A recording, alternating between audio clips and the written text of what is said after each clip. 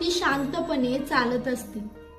ती शांतपणे चालत असते, पण तिच्या पायाखाली एक वेगळंच वादळ असतं. जगाला वाटतं ती खूप साधी भोळी आहे, पण तिच्यामध्येच पूर्ण जग असतं.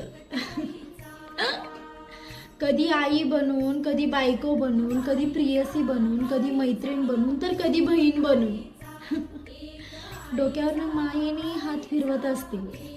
हो, ती स्त्री दुसरी कोणी नाही, ती स्त्रीच असते. स्वतःचे स्वप्न सोडून दुसऱ्याच्या स्वप्नांचा भरपूर विचार करते.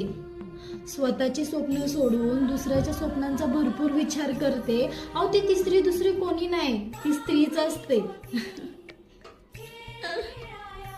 स्वतःचं दुःख लपवून दुसऱ्याच्या सुखामध्ये आनंद मानते. स्वतःचं दुःख लपवून दुसऱ्याच्या सुखामध्ये आनंद मानते. अहो, ती तिसरी दुसरी कोणी नाही, ती स्त्रीच असते.